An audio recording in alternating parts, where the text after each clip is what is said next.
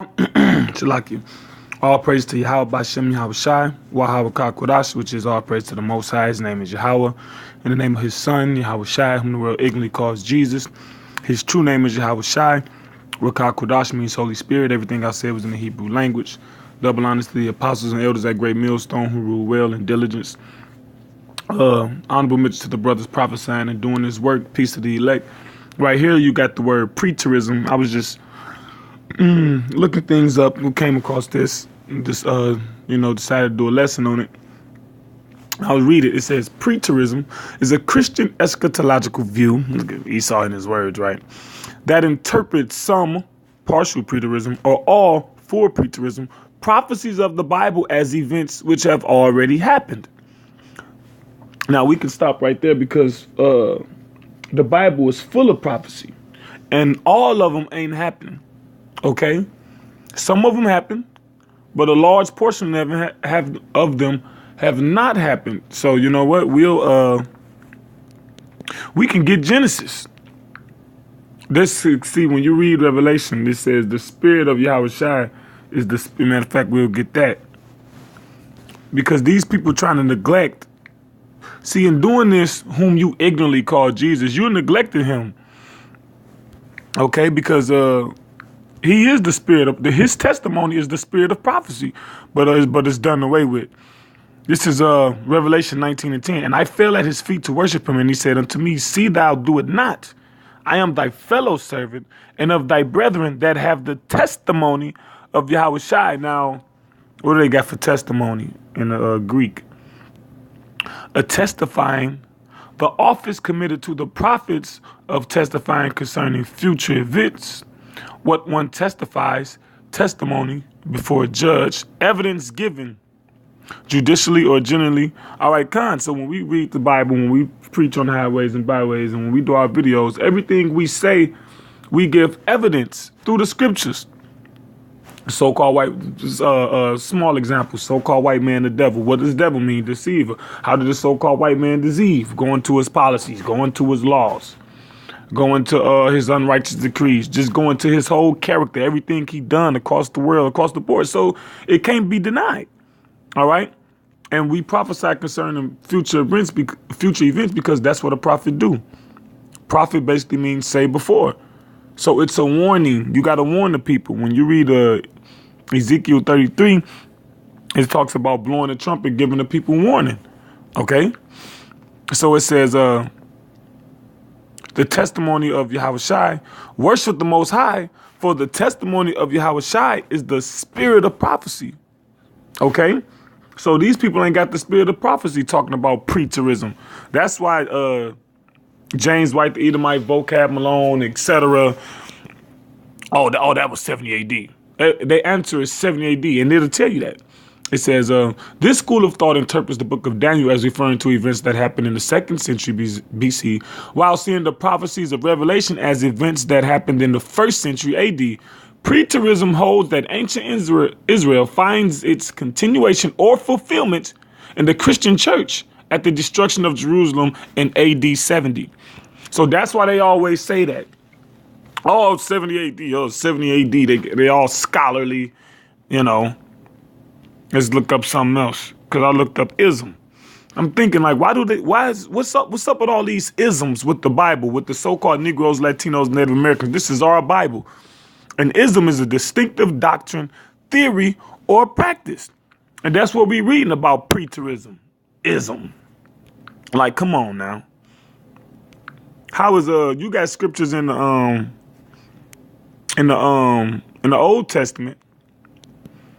I mean, way in the Old Testament that ain't even been fulfilled yet. Now check this out. Let's go all the way to Genesis. You know, keep it in Genesis. It says, this is Genesis 49 and 19. It says, Gad, a troop shall overcome him, but he shall overcome at the last. Now here at Great Millstone and other various Israelite camps that adhere to the 12 tribes sign, we teach and believe through faith that Gad is the so-called Native Americans. So a troop have overcame Gad, the tribe of Gad. All right, you teach that in your history. Matter of fact, y'all got songs about it. Custer's ranks, etc. Whatever y'all taught us in school. I forget, but I know it's there. It says, but he shall overcome at the last. So when has Gad overcome? So basically this is a prophecy of karma, basically, right? What you did to Gad gonna do to you. The General Custer and Andrew Jackson and all those generals through their troops, all right, the cavalry, destroying the so-called Native Americans. That's prophecy. When was that? So do you mean to tell me that was fulfilled in 70 AD? So where's the testimony of that? Going back to the definition of the word, where's the evidence of that? Where's the proof of that? 1 Thessalonians 5:21 says, prove all. Let's get that. Because you guys come and say everything that we teach is wrong, and the burden is on us to prove everything. And then when you guys are, I don't know, or 70 AD or Christian church doctrine, we'll know when we get there. 1 Thessalonians 5:21, prove all things, hold fast that which is good. Okay? And then you say the so-called the people that say they are Jews and are not. You say that they're the so-called you say that they're the children of God. Here's another prophecy. When was this fulfilled? Is it 32? No, it's 33. When was this prophecy fulfilled? This is Deuteronomy 33:28. Israel, Salakia, then shall dwell in safety alone. The fountain of Jacob shall be upon the land of corn and wine. Also his heavens shall drop down like dew. The land in Israel, you have to import agriculture over there. The land is so desolate, right? That ain't established off corn and wine. And all the money that got to be devoted, especially mainly from America to that place. But then it says Israel then shall dwell in safety alone. So how is that possibly fulfilled? Isn't Israel divided with Palestine, the so-called Palestinians? Ain't y'all ain't safe. They got they do little small guerrilla tactics and bombings or whatever. So when was that fulfilled? All right, James White, vocab, and then your little cronies, K-Dub, True, Jesus is the word. That's so real. All right, it don't make sense, but that goes into it. Preterism. That's why these people say 70 AD for everything. Oh, 70 AD, 70 AD, 70 AD. So Gad overcame in 70 AD. And now Israel dwelling, the true children of the Most High dwelling in Israel in safety alone. Let's go back to that Deuteronomy 33. Happy art thou, Israel, who is like unto thee, O people saved by Yahweh, the shield of thy help, and who is the sword of thy excellency. And thine enemies shall be found liars unto thee, and thou shalt tread upon their high places. Yeah, you people are liars, man. You can't prove anything. You're just right because some man you hold in high regard of your race, another so-called white man, another Edomite came up with this ism, with this doctrine, and that word, when you looked up that word ism in the etymology, theory, came up with this theory that made him feel all cozy and fuzzy and warm inside. I dodged the bullet there. I dodged judgment. I'm not the Edomite anymore. Now you people feel all better. So now that's true. All right? Precept. Man.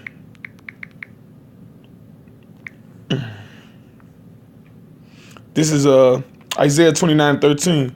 Wherefore the Lord said, for as much as this people draw near me with their mouth and with their lips do honor me, but have removed their heart far from me, and their fear toward me is taught by the precept of men. All right? So these people don't fear the Lord according to the Bible. They fear the Lord according to the Calvinist doctrine, or Jehovah Witness doctrine, Taz Russell, or Preterism, that doctrine. And whether you under T.D. Jakes or whether you under Creflo Dollar, Juanita Bynum or whoever, they all was sanctioned by a so-called white dude, a so-called white man. So really, your fear of the Lord is taught by the precept of these so-called white people. Then you got K-Dub True, with Jesus is the word against the Israelites, and he's supposed to be an Israelite. Now I don't know if Jesus is the word is Israelite or not, but I believe wholeheartedly not vocab. I don't know about him too much, but James White, I believe wholeheartedly he's a Edomite. Okay, so let's go back to what they said. Read some more of this preterism. The term preterism comes from the Latin praeter, which Webster's 1913 dictionary lists as a prefix denoted that something is past or beyond. The scripture says, not one jot or one tittle to all be fulfilled. Okay? Adherents of preterism are commonly known as preterists. Preterist teaches that either all, full preterism, or a majority, partial preterism, of the Olivet discourse had come to pass by AD 70. I'm gonna click on Olivet discourse later. It's that historically, preterists and non-preterists have generally agreed that the Jesuit Louis de Alcazar, 1554 to 1613, wrote the first systematic preterist exposition of prophecy, Vestigatio Arcani Sensuous in Apocalypse, during a counter-reformation. See, another Jesuit doctrine. Let's see if this was a so-called white man. Maybe they got a bust of him. Oh, was a Spanish Jesuit theologian. Spanish as in Spaniard, then he's more than likely an Edomite. They don't have a picture of him, but regardless, the point is that's a Jesuit doctrine. Who in the Bible was it? We call ourselves Hebrew Israelites in the Bible. We call ourselves prophets in the Bible. Men of the Lord, all that's in the Bible. Who was a Jesuit in the Bible? Who was a preterist in the Bible? Okay? Let's click on the Olivet Discourse. The Olivet Discourse or Olivet Prophecy is a biblical passage found in the Synoptic Gospels and Matthew 20. All these extra $20 words to describe our Bible, man. To describe what belongs to the so-called Negroes, Latinos, and Native Americans. This is ours, man. Okay? Deuteronomy 4, 5 and 6 says, behold, I have taught you statutes and judgments, even as Yahweh my power commanded me, that ye should do so in the land whither ye go to possess it. Keep therefore and do them, for this is your wisdom, your personal pronoun, and your understanding in the sight of the nations, which shall hear all these statutes and say, surely this great nation is a wise and understanding people. This is our wisdom. Okay? The scripture says, give not your glory unto another. So we not even to give this to you other people, man. Not on this side. Y'all gonna learn in the kingdom of heaven when the Lord is exalted. Then y'all will flow into the nation of Israel to learn our statutes and judgments. We have to teach them to you. Okay? You people can't do right. It's not in you to do right. Especially you so-called white people. All right?